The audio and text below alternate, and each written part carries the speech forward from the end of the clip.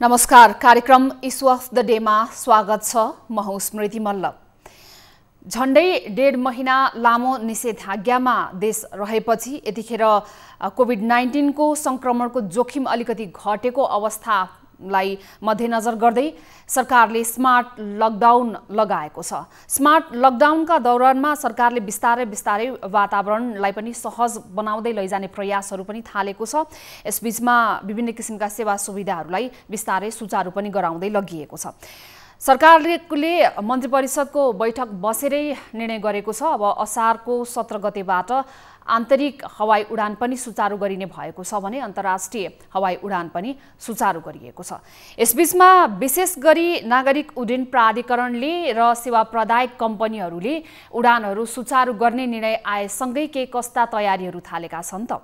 आजको कार्यक्रम issue of the डेमा हामी यसै विषयमा केन्द्रित रहनेछौँ। आजको कार्यक्रममा हामीसँग स्टुडियोमा जोडिनुहुनेछ नागरिक उड्डयन प्राधिकरणका प्रवक्ता राजकुमार छेत्री सर। उहाँलाई स्वागत गर्छु म। राजकुमार सर नमस्कार, स्वागत छ यहाँलाई इशु अफ द डेमा। नमस्कार, धन्यवाद। संस्कृति पर्यटन तथा नागरिक उड्डयन मन्त्रालयले अब 17 गतेबाट त आन्तरिक उडान पनि सुचारू गर्ने भएको छ। अन्तर्राष्ट्रिय उडानहरू पनि अब हामीले बिस्तारै सुचारू गरेका छौँ। अब यो हुँदाखेरि कतिको तयारी अवस्थामा छ प्राधिकरण स्वयं पनि र अरू सेवा प्रदायक कम्पनीहरूले के भनिरहनु भएको छ यो खुला गरिएको विषयमा? त्यहाँबाट सुरु गर्छु सर। अब यो विगतमा केही समयदेखि नै हामीहरू पनि तयारी अवस्थामा थियौँ। सिभिल एभिएसनको पार्टबाट अपरेसन जस्तो एयरपोर्ट अपरेसनको विषयमा प्लस एयरलाइन्सहरूले पनि जहाज सञ्चालन भएको खण्डमा उहाँहरूले पनि जे आफ्नो तयारी गर्नुपर्ने हो उहाँहरू पनि रेडी पोजिसनमै हुनुहुन्छ। अब नेपाल सरकारले असाढ 17 गतेबाट जुन एउटा डोमेस्टिक फ्लाइट सञ्चालन गर्ने भन्ने जुन निर्णय भएको छ, तथापि गन्तव्यको निर्णय चाहिँ भएको छैन। गन्तव्य चाहिँ स्वास्थ्य मन्त्रालयसँग चाहिँ छलफल गरेर पछि खबर गरिने चाहिँ भनेर चाहिँ पर्यटन मन्त्रालयको परिपत्र हामीलाई आएको छ। तर हाम्रो पार्टबाट चाहिँ एउटा एयरपोर्ट सञ्चालनमा मिनिमम कुराहरू जस्तो अहिले कोभिड-19 को जुन अहिले हामीले चाहिँ अब तेस्रो भेरिएन्टको पनि हामी सङ्घारमा छौँ, त्यसलाई कसरी मिनिमाइज गर्न सकिन्छ, अब कसरी सङ्क्रमितबाट बच्न सकिन्छ भनेर एयरपोर्टले गर्नुपर्ने जुन एउटा प्रोसिड्युरहरू छ त्यसमा हामी रेडी छौँ। जस्तो इकाओले पनि इन्टरनेसनल सिभिल एभिएसन अर्गनाइजेसनले पनि सेफ्टी प्रोटोकल एउटा मापदण्ड हामीलाई दिएको छ। त्यसपछि हाम्रो आन्तरिक आफ्नो एउटा मापदण्ड पनि हामीले चाहिँ बनाएका छौँ। त्यसपछि एयरलाइन्सले पनि एउटा मापदण्ड बनाउनु भएको छ सेफ्टी प्रोटोकललाई मध्यनजर गरेर। यी सबै कुराको सम्मिश्रणले हामीले एयरपोर्ट सञ्चालन र जहाजको सञ्चालन चाहिँ सुचारू रूपमा हुन्छ, कुनै समस्या आउँदैन। अब जति सक्दो चाँडो गन्तव्यको डिसिजन चाहिँ पर्यटन मन्त्रालयले गरिदिएको खण्डमा हामीले सेड्युल कसरी एभाइलेबल गराउने, अब सेड्युल एभाइलेबल गराउँदाखेरि पनि हामीले चाहिँ एउटा कुरा हेक्का के राख्नुपर्छ भन्दाखेरि एयरपोर्टमा एउटै समयमा सबै जहाजको चाहिँ मुभमेन्ट नहोस्, 2टा जहाज 3टा जहाजको बिचमा चाहिँ केही ग्याप होस्, त्यो कुरालाई हेक्का राखेर हामी सेड्युल एप्रुभ गर्छौँ र त्यसअनुसार नै फ्लाइट सञ्चालन हुन्छ। अब यहाँले नै भनिरहनु भएको छ अहिले चाहिँ उडान तालिका दिने सञ्चालकहरू यदि तपाईँहरू तयार हुनुहुन्छ भने आफ्नो उडान तालिका सहित आउनुहोस्। त्यो भयो भने पनि अहिले तत्कालकै अवस्थामा पनि उडान अनुमति दिने अवस्थामा प्राधिकरण रेडी छौँ भनेर पनि यहाँले भन्नुभएको छ। अब विशेष गरी अब यो कहाँ चाहिँ आन्तरिक उडान पनि कहाँ गर्ने भन्ने कुरामा अब यहाँहरूको समन्वयात्मक भूमिका रहनुपर्ने देखियो। सिसिएमसीले पनि यसभन्दा अगाडि हामीले यो लकडाउनलाई गत वर्ष खोल्दा र आन्तरिक उडानहरू गर्दा पनि केही मापदण्डहरू लगाइएका थिए। अहिले चाहिँ सर अब अहिलेको अवस्थालाई हेर्दाखेरि त्यो मापदण्डहरू केही परिवर्तन गरिनुपर्छ भन्ने जस्तो यहाँहरूलाई लागेको छ कि छैन? मैले पहिला चाहिँ तपाईँको पहिलो क्वेसनको एन्सरबाट म दिन चाहन्छु। गन्तव्यको विषयमा सिसिएमसीले जुन एउटा भन्नुभएको छ र त्यसमा स्वास्थ्य मन्त्रालयले चाहिँ त्यसलाई चाहिँ निर्धारण गर्ने भन्ने जुन कुराहरू आइरहेछ, पर्यटन मन्त्रालयले स्वास्थ्य मन्त्रालयसँग बसेर उहाँले एउटा छलफल गर्नुहुन्छ। त्यसमा हाम्रो प्राधिकरणबाट पनि हाम्रो केही साथीहरू सहभागी हुनुहुन्छ। त्यसमा चाहिँ हामीले चाहिँ कुन गन्तव्यमा कसरी जाने भन्ने पहिलो एउटा निर्णय हुन्छ र त्यो निर्णय पछि दोस्रो कुरा चाहिँ जस्तो यहाँले भन्नुभयो स्वास्थ्यका मापदण्ड विगतमा के थिए र अहिले के छ भन्ने कुरामा त्यसमा खासै तात्विक अन्तर छैन। जस्तो मास्क लगाउनु पर्ने, जहाजमा बस्दाखेरि फेस सिल्ड लगाउनु पर्ने, अब तपाईँको टर्मिनल बिल्डिङमा दुईटा फ्लाइटको बिचको ग्याप चाहिँ हुनुपर्ने, धेरै प्यासेन्जरको ग्यादरिङ नहुने, सेनिटाइज हुनुपर्ने हैन, एकअर्कामा कन्टामिनेसन अलि कम हुनुपर्ने र जहाजमा बसिसकेपछि अब टोइलेटहरू चाहिँ जाने चाहिँ सकभर नजाने र चाहिँ खानेकुराहरू नखाने, यी कुराहरूको जुन विगतमा मापदण्ड जुन एउटा सेफ्टी प्रोटोकल छ त्यसलाई मापदण्डलाई अहिले पनि हामीले फलो गर्नुपर्छ र त्यही नै फलो गर्ने भनेर हामीले निर्णय गरेका छौँ र एयरलाइन्सले पनि त्यसैलाई फलो गरेर आफ्नो जहाज सञ्चालन गर्नुहुनेछ।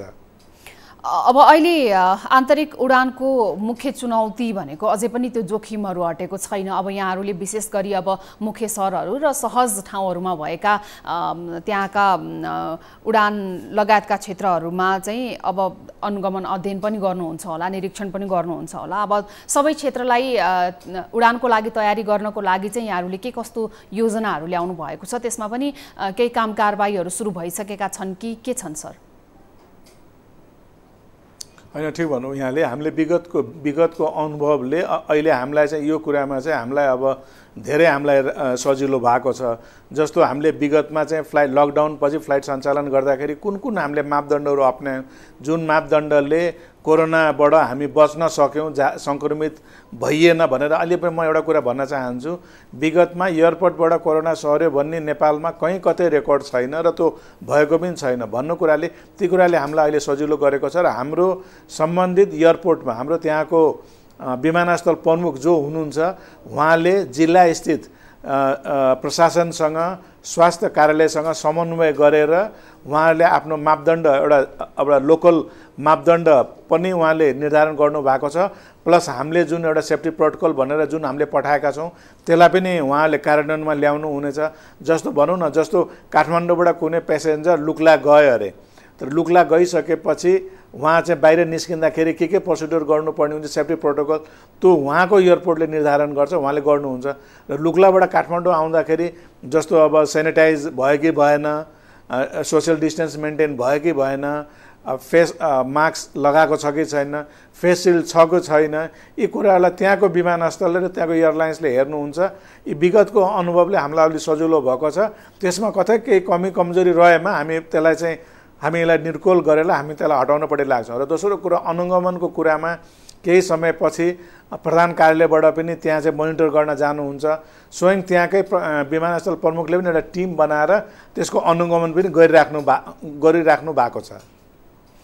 अब अहिले चाहिँ विमानस्थल यहाँहरूले भनेकै जस्तो गरेर अब हामीले त्यो सेफ्टी प्रोटोकल्स अब गत वर्ष पनि गरिसकेको कुराहरू भएको कारणले गर्दाखेरि त्यो सेफ्टी प्रोटोकल्सहरू मेन्टेन गर्न त्यति अप्ठ्यारो नहोला। विमानभित्र यात्रुहरू चढिसकेपछि र हवाई उडानको दौरानमा त्यो प्रोटोकल्सहरू यहाँहरूले मेन्टेन गर्नुहोला। अब मेरो भनाइको तात्पर्य चाहिँ विशेष गरी विमानस्थलमा फ्लाइट कुर्नकै लागि त्यहाँ बसिरहँदाखेरि पनि अब जस्तो अब काठमाडौँ विमानस्थल भन्दा बाहेकको अन्य स्थानको कुरा गर्नु पर्दाखेरि चाहिँ त्यहाँ उहाँहरूलाई विमानस्थलभित्र पनि व्यवस्थापन राम्रो बनाउनको लागि पनि त्यस किसिमको तयारी चाहिँ गरिएको छ कि छैन भन्ने कुरा हो। किनभने अब अहिलेको विगतको र अहिलेको भाइरसको सङ्क्रमण र प्रवृत्तिलाई हेर्दा पनि अब हामीले त्यहाँ पनि अलिकति बढी सचेत बन्नुपर्ने अवस्था पनि देखिएको छ। एयर कन्ट्यामिनेटेड लगायतका कुराहरू पनि छन्, त्यहाँबाट पनि अहिले सजिलै भाइरस सर्ने लगायतका कुराहरू छन्। त्यो कारणले गर्दा पनि विमानस्थलमै बस्दाखेरि र आफ्नो उडानलाई कुरिरहँदाखेरि पनि हामी कसरी सचेत र सुरक्षित रहने भन्ने कुरालाई चाहिँ यहाँहरूले कसरी म्यानेज गर्नुहुन्छ भन्ने चाहिँ पहिलो कुरा भयो सर। यो अवश्य यहाँले भन्नुको कुरा एकदम सही हो। जस्तो बाहिर विमानस्थलमा जुन चाहिँ सुविधा यहाँले जुन भन्यो यहाँको जस्तो नहुन सक्छ, त्यसले गर्दाखेरि कन्टामिनेट हुन सक्छ भन्ने कुरा जुन यहाँले गर्नुभयो त्यसलाई मध्यनजर गरेर हामीले बाहिरी एयरपोर्टमा पनि सोसियल जुन एउटा मिनिमम रिक्वायरमेन्ट छ, जस्तो सोसियल डिस्टेन्स गर्नुपर्ने, सेनिटाइज गर्नुपर्ने, मास्क लगाएकै हुनुपर्ने, जहाजमा चढ्दाखेरि जहाजभित्र बस्दाखेरि तपाईँको फेस सिल्ड लगाएकै हुनुपर्ने हैन। अब यी कुराहरू, अनि टोइलेटमा चाहिँ सबैको एकदम धेरै मान्छेको एकैचोटि कन्टामिनेसन नहोस् भनेर एक गरेर चाहिँ जानुपर्ने, टर्मिनलमा धेरै भिड नहोस् भनेर दुईटा फ्लाइटको ग्याप भएको हुनुपर्ने, यी कुराहरू जुन चाहिँ बेसिक कुराहरू छ र जुन कुरालाई नहुने छ ती कुरालाई चाहिँ हामीले एकदमै कडा रूपमा चाहिँ कार्यान्वयन गरिरहेछौँ र गर्नुपर्ने हुन्छ र हामी गर्छौँ पनि। अब रह्यो कुरा चाहिँ यो दोस्रो भेरिएन्टमा चाहिँ तपाईँको कुनै नयाँ कुराहरू भएर हामीलाई स्वास्थ्य मन्त्रालयबाट यसको विशेषज्ञबाट कुनै नयाँ हामीलाई परिपत्र भएमा हामी त्यसमा पनि हामी जान्छौँ। तर पनि म एउटा कुरा के भन्न चाहन्छु भने जहाजको अपरेसनमा जो हुनुहुन्छ जस्तो प्यासेन्जर होस् अथवा त्यहाँ काम गर्ने कर्मचारी होस् सेक्युरिटी होस् म सबैले आफ्नो एउटा जिम्मेवारी सम्झेर काम गर्नुपर्छ र उहाँले काम गरिराख्नु भएको छ। तसर्थ म पुनः दोहोऱ्याउँछु मिनिमम सेफ्टी रिक्वायरमेन्ट के छ त्यो कुराहरू हामीले चाहिँ अपनाउँछौँ, कार्यान्वयनमा हामी ल्याउँछौँ। हुन्छ, अब यो त अलिकति स्वास्थ्य सम्बन्धी सतर्कता सुरक्षाको कुरा भयो। अब अहिले चाहिँ सरकारले कम्तीमा पनि 50% भन्दा नबढ्ने गरी तपाईहरूले सञ्चालनमा ल्याउनुहोस् भनेर भन्दाखेरि चाहिँ सञ्चालकहरूले चाहिँ त्यसमा असन्तुष्टि पनि जनाउनु भएको छ। अब यहाँले यो 50% भनेर राखिएको दायरालाई व्यवहारिक नै देख्नु भएको छ अथवा व्यवसायीहरूले जुन असन्तुष्टि देखाउनु भएको छ उहाँहरूको पनि कुरा सुन्नुपर्छ भन्नुहुन्छ, प्राधिकरणको चाहिँ के छ भनाइ यसमा? मैले अहिलेको लागि चाहिँ उहाँको दृष्टिकोणबाट त्यो सही होला, तर कोभिडको स्थिति हेर्दाखेरि देशको स्थिति हेर्दाखेरि अहिले समग्र यो कोभिड पेन्डेमिकको मूल्याङ्कन गर्दाखेरि 50% पनि मलाई लाग्छ एकदम राम्रो हो। 50% किन सुरुवात नभएको ठाउँमा सुरुवात भइसकेपछि भोलि हामी एकदमै ठुलो समस्यामा पर्नुभन्दा क्रमिक रूपमा अगाडि बढ्दा राम्रो हुन्छ र यो 50%ले चाहिँ राम्रो रिजल्ट दियो, राम्रो भयो, सङ्क्रमितको सङ्ख्या कम भयो, घट्यो भने त पुनः सरकारले बढाइहाल्छ नि यसलाई। अब त्यति साह्रो अहिले नै यसलाई 100% गर्दा चाहिँ मलाई लाग्छ त्यो उचित हुँदैन र विश्वमा कहीँ पनि त्यसरी गरिएको थिएन। इन्डियामा पनि तपाईँको अझ पनि इन्टरनेसनल फ्लाइटमा एयर बबल अनुसार उहाँहरूले चलाइराख्नु भएको छ। 26वटा कि 28वटा देशलाई एयर बबल एग्रिमेन्ट गर्नुभएको छ र त्यो सीमित मात्रामा मात्रै इन्टरनेसनल फ्लाइट गरिराख्नु भएको छ। डोमेस्टिक फ्लाइट पनि उहाँहरूले त्यही अनुसार गरिराख्नु भएको छ। त्यसकारण मलाई लाग्छ अहिलेको लागि 50% को जुन चाहिँ नेपाल गभर्मेन्टले तोकेको छ त्यो एकदम सही छ।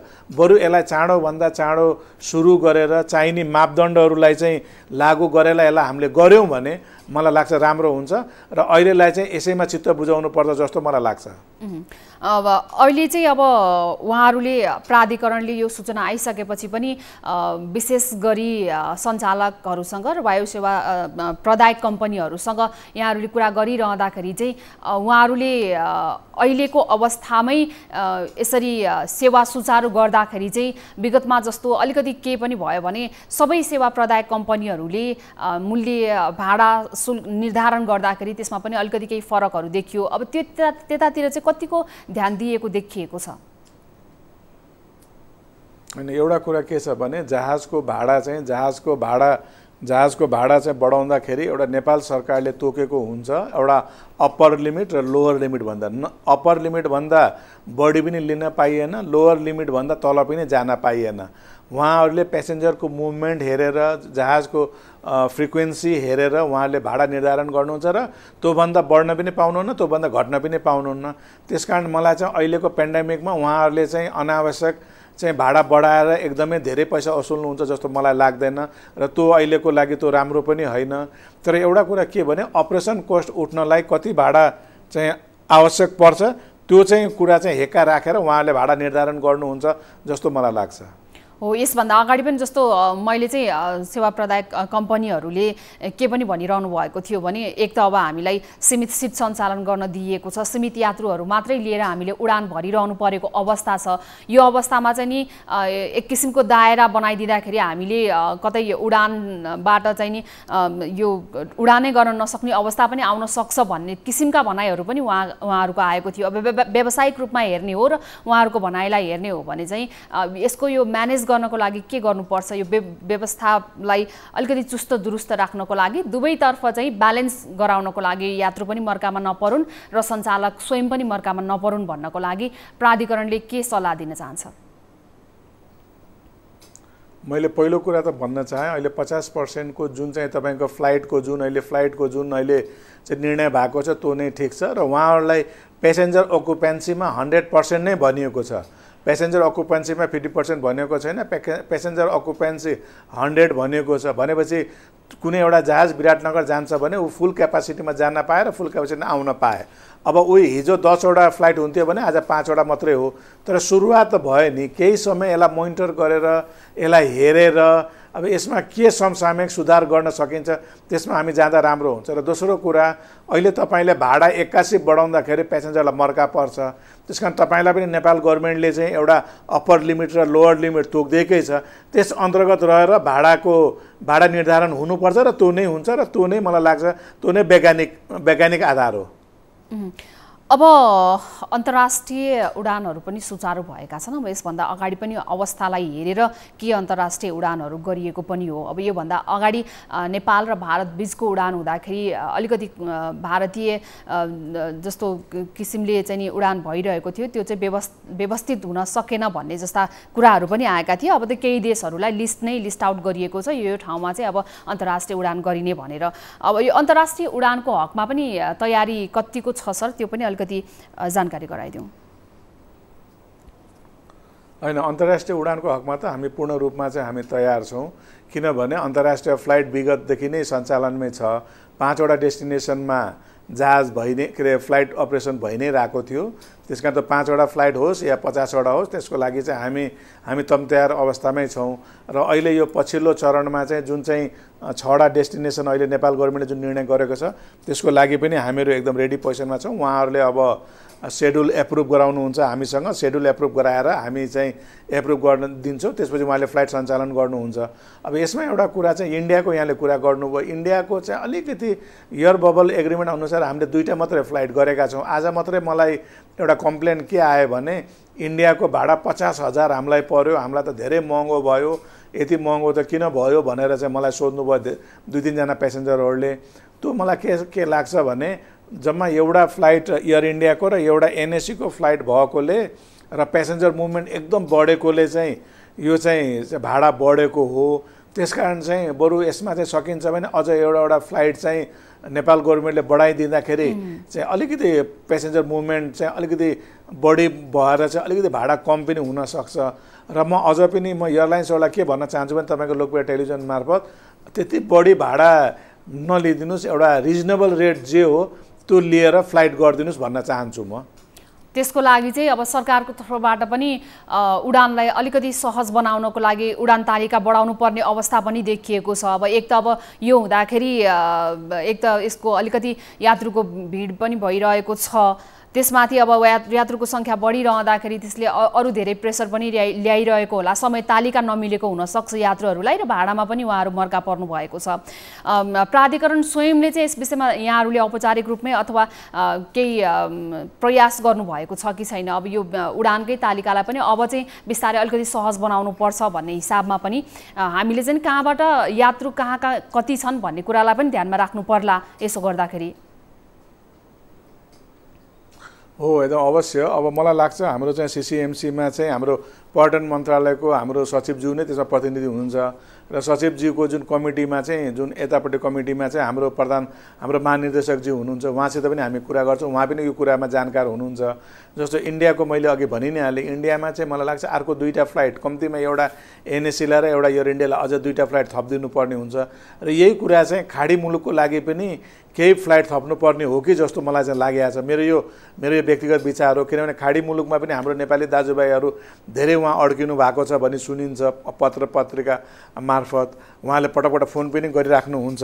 त्यसकारण चाहिँ खाडी मुलुकमा पनि केही फ्लाइट थपेर जस्तो शारजाह भयो, दुबई भयो, ओमान भयो, यी मुलुकमा चाहिँ अलिकति फ्लाइट थप्ने हो भने त्यहाँ जुन स्ट्याक भएर बस्नु भएको छ हाम्रो नेपाली यात्रुहरू, उहाँहरू आउन सक्नुहुन्छ र यहाँबाट जुन हुन्छ त्यो जान सक्नुहुन्छ। त्यसकारण चाहिँ अलिकति यसमा पनि विचार गर्ने हो कि जस्तो मलाई चाहिँ लाग्छ।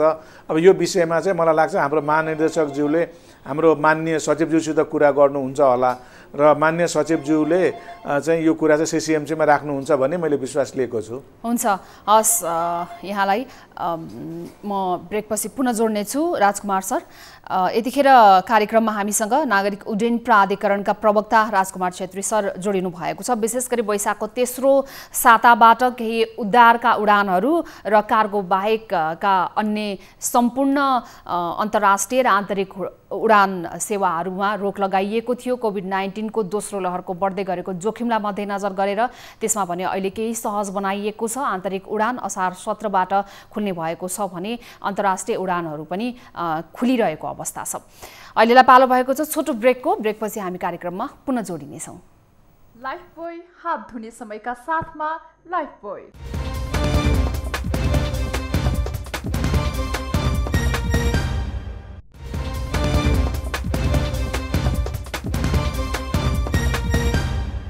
ब्रेकपछि पुनः स्वागत छ कार्यक्रम मिस अफ द डेमा।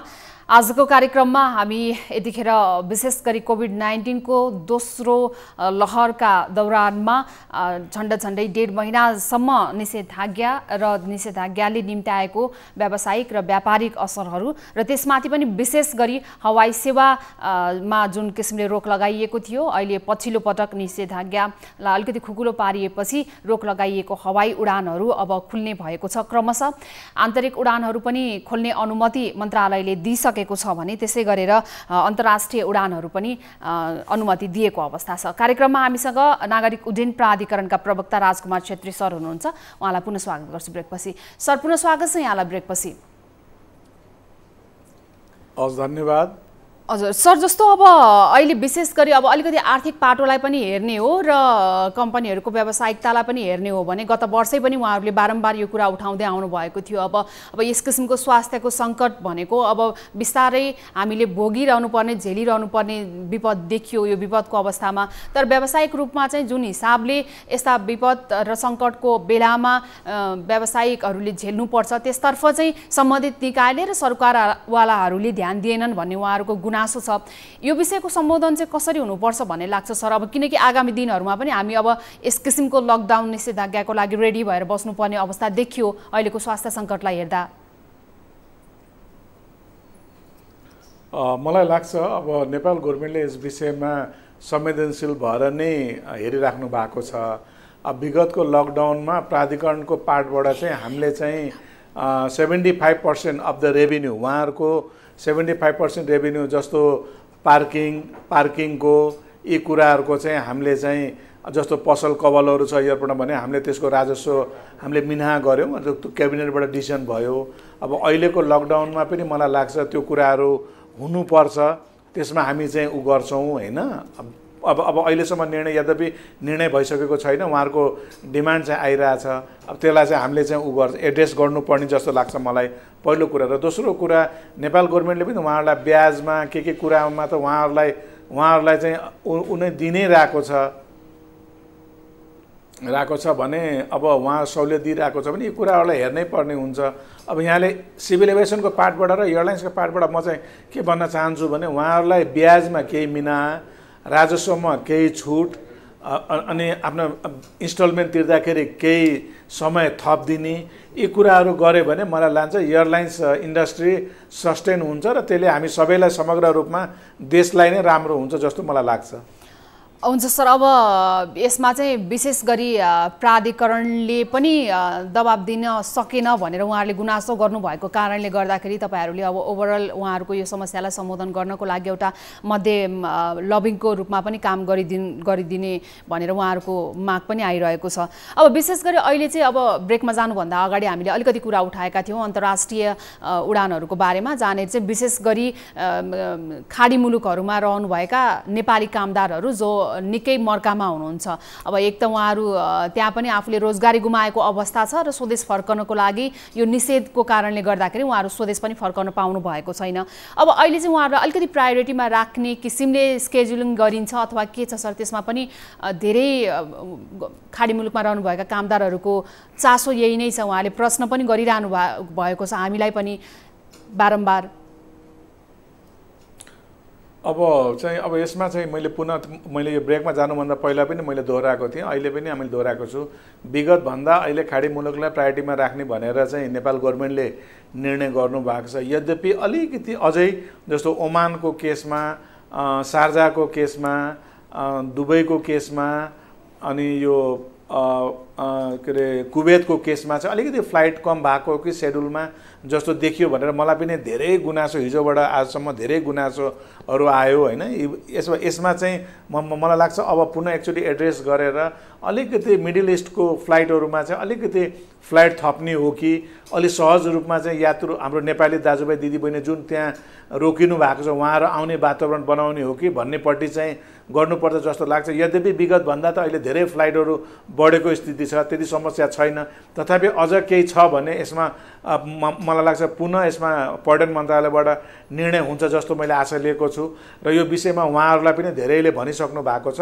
मलाई लाग्छ अब जस्तो 30 यो अहिलेको सेड्युल चाहिँ 30 जुनसम्म मात्रै छ भने 1 जुलाईबाट मलाई लाग्छ यसमा संशोधित भएर आउँछ। हुन्छ सर, अब जस्तो अलिकति जानकारी पनि गराइदिउँ। अहिले अब पछिल्लो पटक आएको निर्णय अनुसार चाहिँ हामीले कुन कुन मुलुकहरूमा अन्तर्राष्ट्रिय उडानको लागि तयारी गरिरहेका छौँ त्यसबारेमा पनि अलिकति जानकारी गराइदिउँ होला सर। अब जस्तो विगतको त यहाँले भनिहाल्नु भयो होइन, विगतभन्दा अहिलेको लागि चाहिँ Malaysia, Dubai, Oman, Sharjah, Kuwait, Japan र यी मुलुकमा चाहिँ फ्लाइट गर्ने भनेर चाहिँ क्याबिनेटले निर्णय गरेर पठाउनु भएको छ। पर्यटन मन्त्रालयले त्यही अनुसार फ्लाइट सेड्युल गर्नु भएको छ र त्यसमा गर्ने भनेर चाहिँ एयरपोर्टको पोइन्ट अफ भ्यू हामीले पनि रेडी भएका छौँ भने एयरलाइन्सले पनि त्यही अनुसार आफ्नो सेड्युलिङ गर्नुहुन्छ र यद्यपि उहाँले सेड्युल चाहिँ अब पाइसक्नु भएको छ, उहाँले अब आफ्नो तयारी गर्दै हुनुहुन्छ उहाँहरू। अहिले कोभिड-19 सङ्कट व्यवस्थापन अध्यादेश भनेर पनि ल्याइएको छ, जुन अध्यादेशमा चाहिँ केही बुँदाहरू एकदमै क्लियर रूपमा किटान पनि गरिदिएको छ। अब अन्तर्राष्ट्रिय उडानहरू गराउँदाखेरि र अन्तर्राष्ट्रिय स्तरबाट चाहिँ यात्रुहरू लिएर स्वदेश आउँदाखेरि र पठाउँदा पनि अपनाउनु पर्ने मापदण्ड र प्रोटोकलहरूको बारेमा पनि भनिएको छ। अब अहिले चाहिँ उहाँहरूले पनि के भनिरहनु भएको छ भने अहिलेको जुन किसिमको अवस्था छ अबको क्रममा हामी आउँदाखेरि चाहिँ हामीले नथाहा पाउने अथवा त्यस किसिमको अलमलाई हुने पो हो कि भन्ने पनि उहाँहरूको गुनासो छ यात्रुहरूको विशेष गरी। यसमा चाहिँ केही छ सर त्यस किसिमले यात्रुहरूलाई यहाँहरूले भन्नुपर्ने कुरा? सिसिएमसीले चाहिँ बारम्बार यो अध्यादेश पनि ल्याइरहेको छ र उहाँहरूले सजेसन पनि गरिरहनु भएको छ। होइन, अब मैले बुझेसम्म चाहिँ अहिलेसम्म चाहिँ नेपालमा चाहिँ विदेशबाट आउने अथवा इन्डियाबाट आउने चाहिँ तपाईँको होटल क्वारेन्टाइन चाहिँ उतैबाट कन्फर्म गरेर चाहिँ आएको हुनुपर्छ। अनि त्यसपछि उहाँहरूले चाहिँ पिसिआरको रिपोर्ट ल्याउनु पर्ने हुन्छ जुन कि नेगेटिभ हुनुपर्छ। त्यसपछि अब कुनै केसमा जस्तो यहाँ कोही बिरामी भए एकदमै सिरियस छन् अथवा कोही चाहिँ तपाईँको मरभाग भएर उहाँहरू कुनै काजक्रियालाई आइराख्नु भएको छ भने त्यस्तो यहाँबाट वडाले चाहिँ सिफारिस गरेको खण्डमा चाहिँ हाम्रो चाहिँ एयरपोर्टबाट चाहिँ उहाँहरूलाई चाहिँ होम आइसोलेसनमा पठाउने व्यवस्था पनि छ। र अहिले मैले धेरै जसो चाहिँ यात्रुहरूको एउटा गुनासोहरू के सुनिरहेको छु भने र विशेष गरी विदेशी यात्रुहरूको पनि 2टा भ्याक्सिन लगाइसकेको छ र चाहिँ पिसिआर रिपोर्ट नेगेटिभ छ 72 आवर्सको भने हामीलाई फेरि किन क्वारेन्टाइन, हामीलाई सोझै चाहिँ होम आइसोलेसन अथवा हामीले आफ्नो गन्तव्य जान दिनुपर्छ भनेर चाहिँ भनिराख्नु भएको छ। यद्यपि संसारको सबै मुलुकले यो चाहिँ लागू गरिसकेका छैन तर धेरै मुलुकले लागू पनि गरेका छन्।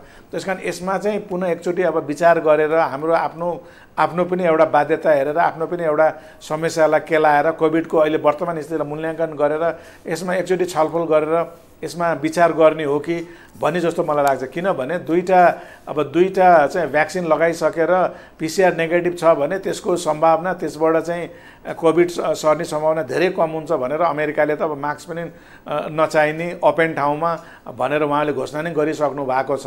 अब ती कुराहरूलाई चाहिँ अब हामीले पनि अब तत्कालै एड्रेस नगरे तापनि पछि केही समयपछि यसलाई एड्रेस पो गर्ने हो कि, तर यसमा चाहिँ बृहत छलफल गरेर स्वास्थ्य मन्त्रालयसँग विज्ञसँग छलफल गरेर कसो गर्दा राम्रो हुन्छ यसमा एक्चुअली छलफल गरेर अगाडि बढ्दै राम्रो हुन्छ जस्तो लाग्छ।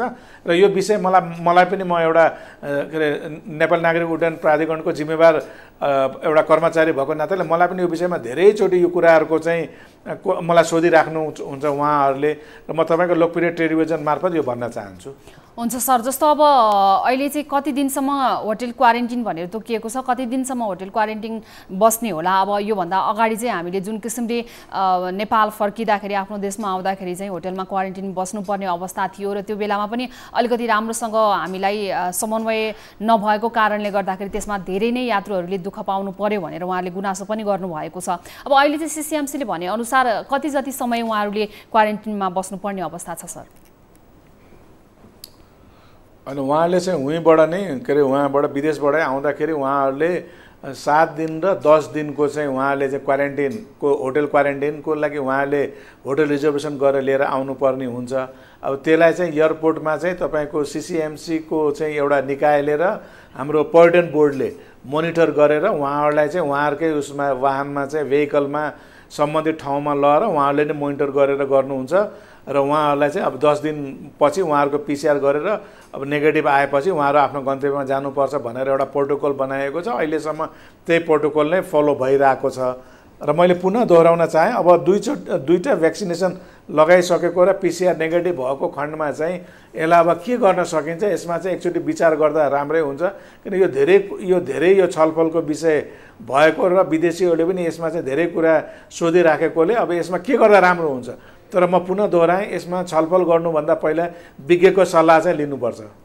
एकदमै। अब अहिले चाहिँ हाम्रो अब आन्तरिक नैलाई हेर्ने हो भने पनि अब यहाँहरूले आह्वान गर्नुभएको छ सञ्चालकहरूलाई पनि तपाईँहरूले दिनु होला प्रोटोकलहरू मापदण्डहरू गराएपछि तपाईँहरूले आफ्नो उडान कार्यतालिका के कति सुचारू गर्न सक्नुहुन्छ त्यो लिएर आउनुहोस् पनि भनेर यहाँहरूले आह्वान पनि गरिरहेको अवस्था छ। तर अब यतातिर चाहिँ स्वास्थ्य मन्त्रालयले पनि आफ्नो प्रोटोकल बनाउने अथवा स्वास्थ्य मन्त्रालयले छलफलमा बसेपछि मात्रै यो उडान सुरु हुने अवस्था छ। अब अहिले चाहिँ यहाँले नै आफूले सरसर्ती हेर्ने हो भने अहिलेको अवस्थामा यो आन्तरिक उडान गर्नको लागि यहाँहरूले देख्नु भएको र स्वास्थ्य मन्त्रालयको छलफलमा जानुभन्दा अगाडि तपाईँहरूले आफूले पनि अप्रोच गर्न सक्ने स्थानहरू चाहिँ यो हो भनेर भन्न सकिने अवस्था छन् कि छैनन् उडानकै लागि चाहिँ? त्यो एकदमै छ त्यो चाहिँ र त्यसमा चाहिँ अब स्वास्थ्य मन्त्रालयसँग हामीहरूको भनौँ न हाम्रो अरू चाहिँ इस्युहरूमा अरू प्रोटोकलमा धेरैचोटि हाम्रो छलफल पनि भइसकेको छ। एउटा हाम्रो कम्बाइन्ड टिम नै छ, कास्का भन्छ, एउटा हाम्रो कम्बाइन्ड टिम छ, स्वास्थ्य मन्त्रालय हामीहरू कुल लगेर एउटा कम्बाइन्ड टिम छ, त्यसले पनि छलफल गरिरहेको छ। अब अहिलेलाई चाहिँ मलाई चाहिँ के लाग्छ भने कम्तीमा तपाईँको चाहिँ यो ट्रङ्क रुट जस्तो विराटनगर भैरव तराईका ट्रङ्क रुट, त्यसपछि पहाडी मुलुक उसमा चाहिँ जोमसम, लुक्ला, पोखरा अनि सिमीकोट, त्यसपछि हाम्रो यता चाहिँ फाप्लु, यस्तो जहाँ चाहिँ गाडीको ट्रान्सपोर्टेसन पनि छ प्लस जहाज पनि जान सक्छ र जहाँ चाहिँ अलिकति स्वास्थ्य सुविधाहरू पनि छ त्यस्तो ठाउँमा चाहिँ फ्लाइट चाहिँ तत्काल सुरु गर्नुपर्छ जस्तो मलाई लाग्छ। तथापि बिस्तारै क्रमिक रूपमा सबै एयरपोर्टमा फ्लाइट सुरुवात गर्नुपर्छ। मलाई केही दिन पहिला बाजुराबाट एउटा फोन आयो, अब बाटोघाटो पनि अहिले पानीले चाहिँ गरेछ, फ्लाइट पनि छैन भनेर भन्नुभएको थियो। अब यी कुराहरूलाई गरेर मलाई लाग्छ यसमा छलफल गरेर अब बिस्तारै अब सबै एयरपोर्टहरू क्रमशः रूपमा खुला गर्दै लाँदा राम्रो हुन्छ। सर अब जस्तो कम्पनीहरूले के भन्नुभएको छ भने उडान तालिका दिँदै गर्दाखेरि उहाँहरूले अब यो योजना पनि बनाउँदै पनि हुनुहुन्छ। हामीले उहाँहरूसँग पनि कुरा गर्दाखेरि र सरसर्ती उहाँहरूको कुरा सुन्दाखेरि उहाँहरूले के भन्नुभएको छ भने अहिलेकै अवस्थामा पनि एउटा कम्पनीले कम्तीमा पनि 30 देखि 35वटासम्म उडान भर्न सकिने अवस्था ल्याउन सकिन्छ पनि भन्नुभएको छ। अब यसले चाहिँ कतिको सहज होला त्यो व्यवस्थापन मिलाउनलाई चाहिँ यसले अप्ठ्यारो पार्छ अथवा यो सामान्य नै हो के छ? अब यसो छ अहिले चाहिँ जुन एउटा 30 देखि 35 डोमेस्टिक फ्लाइट भन्नुभयो यो अहिलेको परिप्रेक्ष्यमा बुद्ध एयरले मात्रै त्यो गर्छ। अरूले चाहिँ त्यति चाहिँ 50% जुन अहिले नेपाल सरकारले तोकेको छ 50%ले तोक्दाखेरि 30 देखि 35वटा फ्लाइट चाहिँ बुद्ध एयरको हुन्छ र एउटा यति एयरको हुनसक्छ। अब हामीले चाहिँ त्यसलाई चाहिँ अब उहाँहरूसित बसेर छलफल गरेर हाम्रो टिआईले पनि बस्नु पटक उहाँ चाहिँ छलफल गरिराख्नु भएको छ, पुनः गर्नु होला कसरी। अब एउटा कुरा उहाँले पनि हेका के राख्नुपर्छ भने कन्टामिनेसन नहोस्, दुईटा फ्लाइटको बिचमा केही ग्याप होस्। भोलि समस्या भएपछि पुरै लकडाउन हुनुभन्दा पुरै एयरपोर्ट बन्द हुनुभन्दा बरु केही भएको राम्रो। त्यसकारण उहाँहरूसित पनि छलफल गरेर मलाई लाग्छ अब पहिला जस्तो पहिला सिजनमा त लकडाउनभन्दा पहिलाको सिजनमा अब लास्ट इयरभन्दा पहिला त 250वटा फ्लाइट पनि पर डे भयो भनेपछि अहिले त्यो स्थिति त छैन। अहिले म्याक्सिमम जति नै फ्लाइट हामीले दियौँ भने पनि 100वटा भन्दा बढी फ्लाइट त हुनेवाला छैन, किनभने पेसेन्जरै अहिले त्यति छैन, विदेशी नै आउनु भएको छैन। 100वटा भने चाहिँ 50वटा फ्लाइटलाई त हामी बिहानदेखि बेलुकासम्म हामी एकोमोडेट गर्न सक्छौँ। त्यो एकोमोडेट गर्दाखेरि उहाँले एउटा कुरा के बुझ्नुपर्छ भने जहाँ नाइट फ्लाइट छ त्यहाँ राति बेलुका चलाउँदा पनि भयो र जहाँ नाइट फ्लाइट हुन सक्दैन भने त्यहाँ दिउँसो चलाउनु पर्यो। जस्तो विराटनगर, भैरवा, नेपालगञ्ज, धनगढी, अब सिमरा, जनकपुर चन्द्रगढी यो त राति पनि फ्लाइट हुनसक्छ, त्यहाँ बरु 5 बजेपछि गरिदिने र जहाँ चाहिँ दिउँसो गर्नुपर्ने छ त्यहाँ दिउँसो गर्ने, त्यो गरेर हामीले मिलायौँ भने मलाई लाग्छ समस्या रहँदैन। हुन्छ, सेवा प्रदायक कम्पनीहरूले प्राधिकरणले भनेकै जस्तो सल्लाह अनुसार भयो भने जो समन्वयात्मक भूमिका यहाँहरूको रहेछ भने यो अवस्थामा चाहिँ त्यति असहज वातावरण होला आन्तरिक उडानमा अथवा अन्तर्राष्ट्रियमा पनि भन्ने किसिमको अहिले शङ्का उपशङ्का गर्नुपर्ने ठाउँ छैन भन्न चाहनुहुन्छ यहाँले? मैले म पुनः दोहोऱ्याउन चाहेँ तपाईँको लोकप्रिय टेलिभिजन मार्फत हाम्रो तर्फबाट कुनै रोकावट हुँदैन। उहाँहरूसितै छलफल गरेर उहाँहरूकै राय सल्लाहमा जसरी कन्टामिनेसनबाट हामी बच्न सक्छौँ त्यो विधि अपनाएर सेफ्टी प्रोटोकल अपनाएर प्राधिकरण एयरपोर्ट सञ्चालन गर्न एकदम तयार छ, कुनै समस्या रहन्न। हस्, धन्यवाद सर, यो महत्त्वपूर्ण समय र कुराकानीको लागि राजकुमार सर तपाईँलाई धेरै धेरै धन्यवाद। यहाँलाई पनि धन्यवाद दिन चाहन्छु म। हामीसँग यतिखेर नागरिक उड्डयन प्राधिकरणका तर्फबाट प्रवक्ता राजकुमार छेत्री सर जोडिनु भएको थियो। मन्त्री परिषद बैठकले असार 17 गतेबाट आन्तरिक उडानहरू खोल्नको लागि अनुमति दिइसकेको अवस्था छ भने अन्तर्राष्ट्रिय उडानहरू पनि सुचारू हुने भएका छन्।